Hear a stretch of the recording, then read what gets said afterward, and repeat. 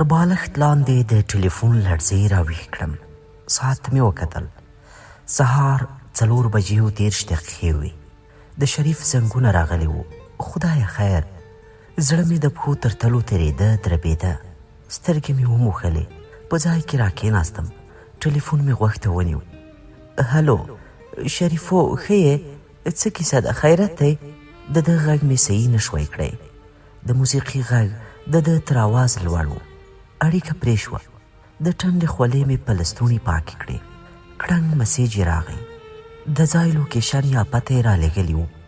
لیکلي وو چې زه راپسې راشه، خراب یم. د پروانېدو له چارایي په صورت تیر شو. د موټرو رش او ګڼه ګوڼه لا نه ورشي وو. سپي کار ته پورته کېدل، غپېدل. هماغه ادرس ته راورسېدم. څنګلوري ته مې هسک ټاور ولاړ و. شمېره مې اوکې کړه. بېرته مې بند کړ. په زینو کې شریف داسې را روان و لکه شمال چې د چینار سرونه یوې او بلې خواته ښوروي، کږوي او راسموي. په خپلو اوږه مې راړنګ کړ. تر موټر مې راورساوه. څه در شوي؟ ښه یې؟ نه، کاشکې ښه وای. زړه مې بد کېږي. سره باندې دروند دی. څه زرې درکړي؟ د کومو بدنالاتو سره وې؟ د سترګو ګاټې یې تک سره شوي وو. د ژامې غاښونه یې چیچل. داسې کړه ساه یې خطا لکه په دې کې د نینو. ملګرو سره وم. د روغتون په عاجله خونه د ده په سر پورې ناست وم.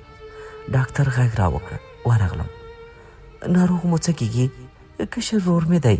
مهرباني د درملو پاڼه مو واخلئ.